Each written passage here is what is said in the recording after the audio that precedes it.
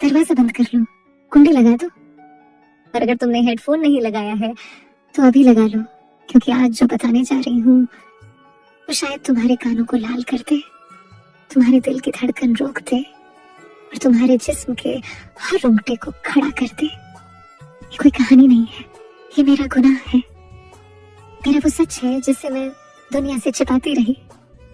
लेकिन आज सब कुछ बाहर आएगा। वो पसीना, वो डर, वो सिहरन और वो एक रात जिसने मर्यादा की हर लकीर मिटा दी। मेरा नाम अवंतिका है। उम्र सिर्फ 26 साल। लेकिन अगर तुम मुझे देखोगे तो शायद अपनी नजरें ना हटा पाओ। लोग कहते हैं मेरी आंखें किसी गहरे समंदर जैसी हैं जिसमें डूबने का मन करता है। मेरे बाल कमर तक आते हैं, घने और काले, जिन्हें जब मैं खोलती हूँ तो वो मेरी पीठ को किसी काली चादर की तरह ढक लेते हैं। मेरा रंग दूध जैसा सफेद है, जिस पर अगर जरा सा भी दबाव पड़े तो लाल निशान पड़ जाते हैं। वो नक्शा है जिस पर उस 21 साल के लड़के ने, मेरे स्टूडेंट ने, अपना रास्ता खोजा था। मैं हमेशा साड़ी पहनती हूँ और मेरी कमर का वो हिस्सा जो साड़ी और ब्लाउज के बीच खाली रहता है, वहीं से इस पूरी तबाही की शुरुआत हुई थी। तुम्हें लग रहा होगा कि मैं बहुत खुश हूँ। नहीं, मैं एक जिंदा लाश थी। मेरी शादी को 3 साल हो चुके थे। मेरे पति विक्रम शहर के सबसे बड़े बिजनेसमैन, 45 साल के, रसूखदार, मगर बिस्तर पर बिल्कुल ठंडे। उनके लिए मैं पत्नी नहीं, घर की सजावट थी। वो मुझे छूते भी थे तो ऐसा लगता था जैसे कोई फाइल चेक कर रहे हो। न प्यार, न जज्बात, न वो गर्मी जो एक औरत को पिघला दे। मैं प्यासी थी, सम्मान की भी और उस एहसास की भी जो रगों में आग लगा दे। मैं अपनी तन्हाई को मारने के लिए घर पर ही ट्यूशन पढ़ाती थी। लिटरेचर की टीचर हूँ। और फिर वो आया, कबीर 21 साल का, कॉलेज का फाइनल ईयर स्टूडेंट। लेकिन वो किसी बच्चे जैसा नहीं था। 6 फीट का कद, जिम में तराशा हुआ लोहे जैसा बदन जो उसकी गीली शर्ट से हमेशा झलक जाता था। उसकी आवाज में एक भारीपन था जो सीधा मेरे सीने में उतर जाता था।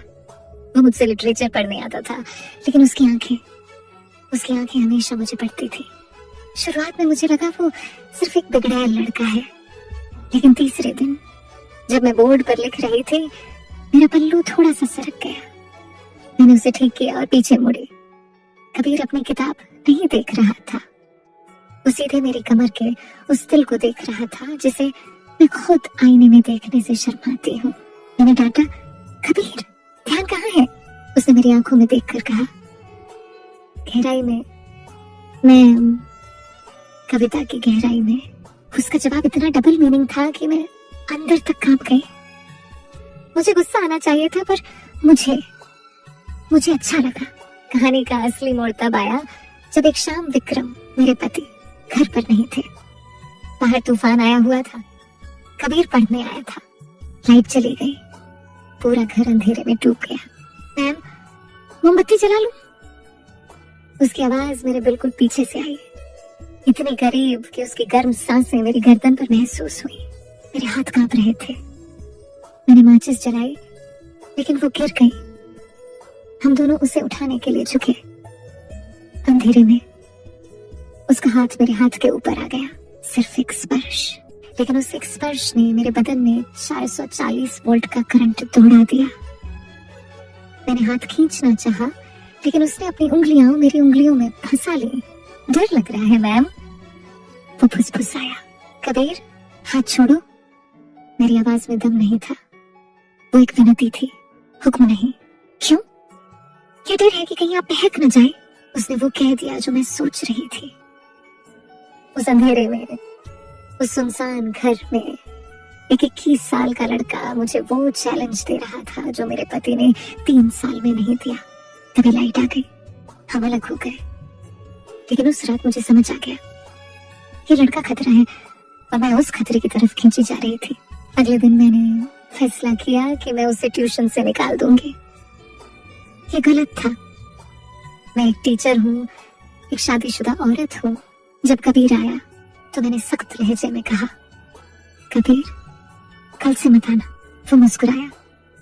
उसने अपना बैग खोला और एक डायरी निकाली। ठीक है मैम, लेकिन जाने से पहले ये डायरी पढ़ लीजिए। ये विक्रम सर की है। मेरे पैरों तले जमीन खिसक गई। विक्रम की डायरी, इसके पास। मैंने डायरी खोली।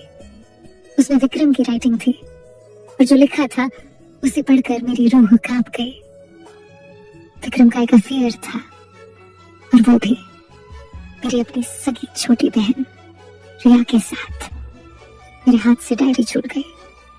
मेरी आंखों से आंसू नहीं, आग निकल रही थी।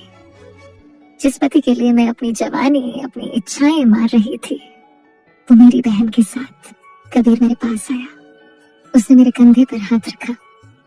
इस बार मैंने हाथ नहीं हटाया। मुझे पता था मैम, इसलिए मैं यहाँ आया था आपको सच बताने। मैं आपको टूटते हुए नहीं देख सकता। मैं रो पड़ी। मैं उस अनजान लड़के के सीने से लगकर फूट फूट कर रोई। उसकी शर्ट मेरे आंसुओं से गीली हो गई। उसने मुझे बाहों में भर लिया। उसकी पकड़ मजबूत थी, सुरक्षित थी। उस पल टीचर और स्टूडेंट का रिश्ता खत्म हो गया था। वहां सिर्फ एक टूटी हुई औरत और एक सहारा देने वाला मर्द था।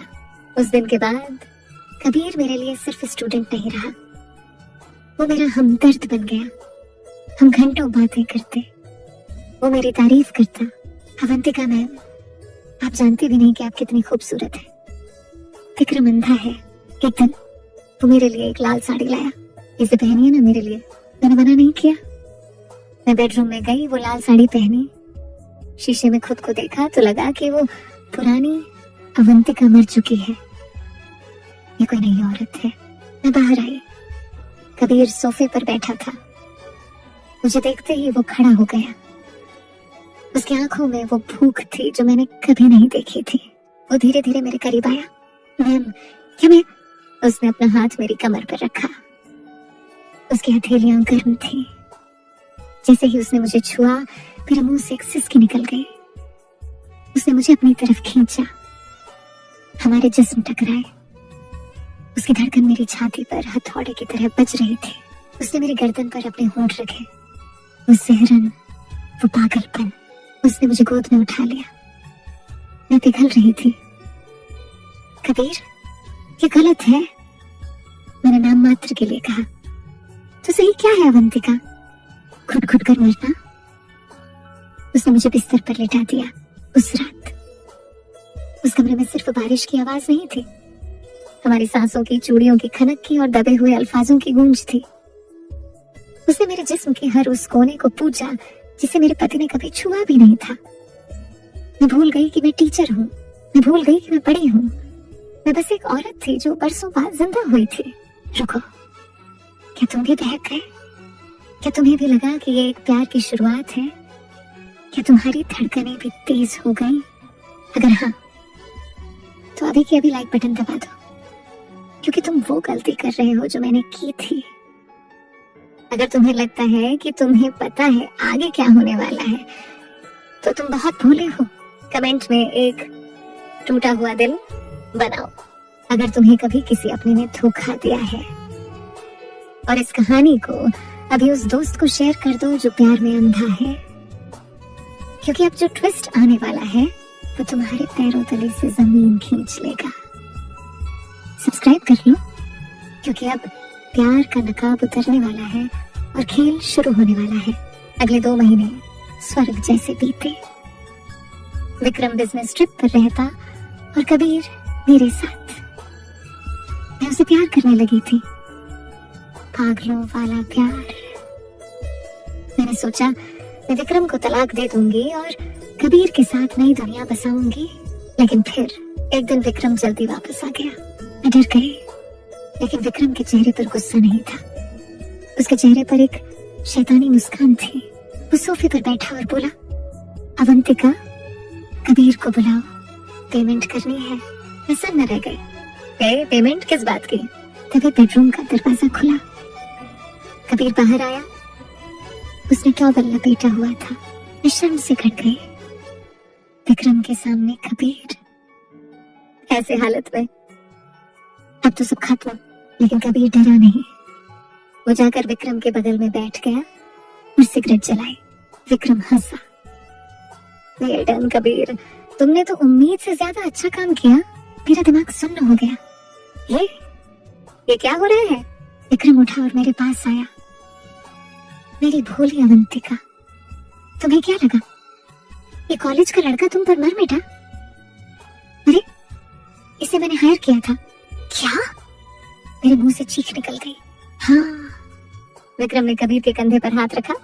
मुझे तुमसे तलाक चाहिए था बिना एलिमनी दिए, और वो तभी हो सकता था जब तुम चरित्रहीन साबित हो जाओ। कबीर कोई स्टूडेंट नहीं है, ये शहर का सबसे महंगा जिगोलो है जो अमीर औरतों को फंसाने का काम करता है। और देखो, इसने अपना काम कर दिया। बेडरूम में कैमरा लगा है अवंतिका। तुम्हारा सारा प्यार रिकॉर्ड हो चुका है। मैं पत्थर बन गई। मैंने कबीर की तरफ देखा। मैं चाहती थी कि वो कहे कि ये झूठ है। मैं चाहती थी कि वो विक्रम को मारे, लेकिन कबीर, वो अपनी चेकबुक देख रहा था। उसने मेरी तरफ देखा।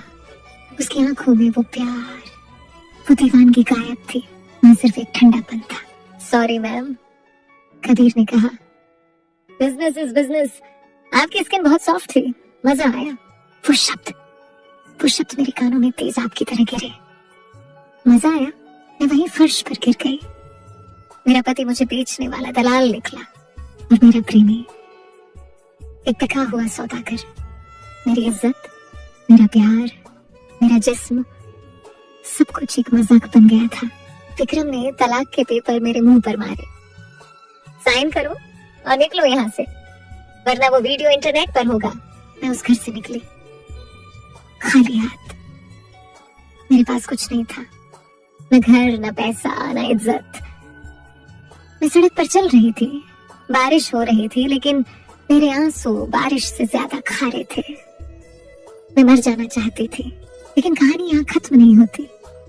जब एक औरत का दिल टूटता है तो वो कमजोर नहीं होती, वो चंडी बन जाती है। मैंने आत्महत्या नहीं की। मैं अपनी मौसी के घर गई। मैंने खुद को समेटा और मैंने ठान लिया कि मैं उन दोनों को बर्बाद कर दूंगी। और किस्मत ने मेरा साथ दिया। 3 महीने बाद मुझे एक हॉस्पिटल से कॉल आया। क्या आप कबीर को जानती हैं? उसका एक्सीडेंट हुआ है। उसके फोन में लास्ट डायल नंबर आपका था। मैं हॉस्पिटल गई।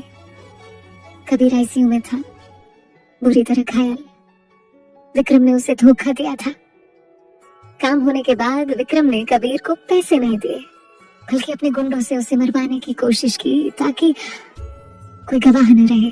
कबीर ने जब मुझे देखा तो उसकी आंखों में पश्चाताप के आंसू थे।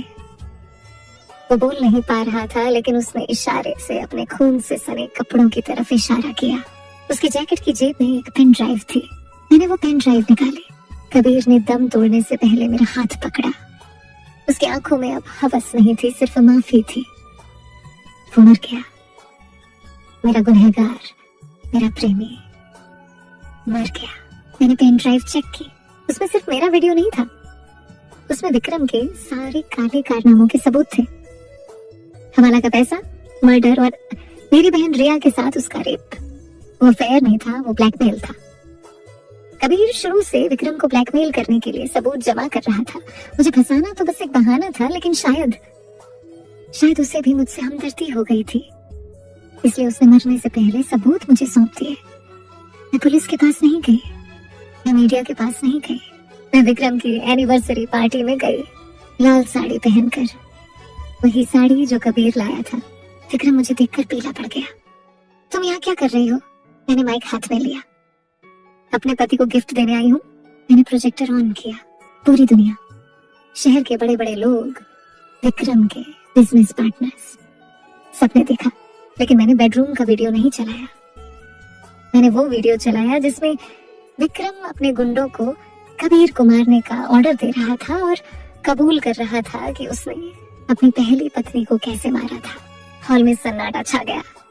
पुलिस वहीं मौजूद थी, मैंने पहले ही बुला ली थी।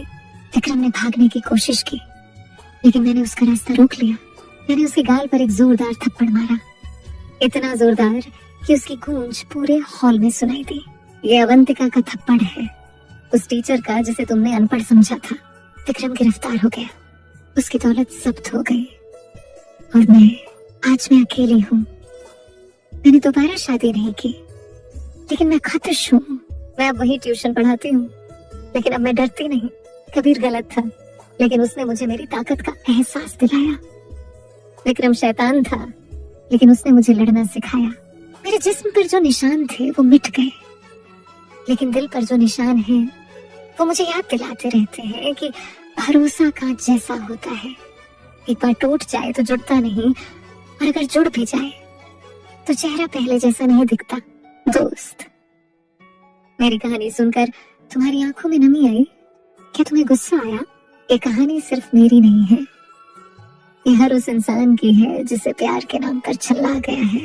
याद रखना, कोई भी रिश्ता तुम्हारी आत्मसम्मान से बड़ा नहीं होता। अगर प्यार में तुम्हें खुद को खोना पड़े तो वो प्यार नहीं, सौदा है। औरत कमजोर नहीं होती, बस वो प्यार में अंधी होकर अपनी ताकत भूल जाती है। अगर इस कहानी ने तुम्हारे दिल को छू लिया है तो अभी सब्सक्राइब कर लाल बटन दबा दो, क्योंकि अगली कहानी और भी गहरी होगी। और हाँ, इस वीडियो को शेयर जरूर करना। क्या पता तुम्हारी शेयर की हुई ये कहानी किसी और अवंतिका को बर्बाद होने से बचा ले। कमेंट में लिखो रिस्पेक्ट। अगर तुम मानते हो कि औरत खिलौना नहीं है, मैं फिर मिलूंगी एक और राज के साथ। तब तक अपने दिल का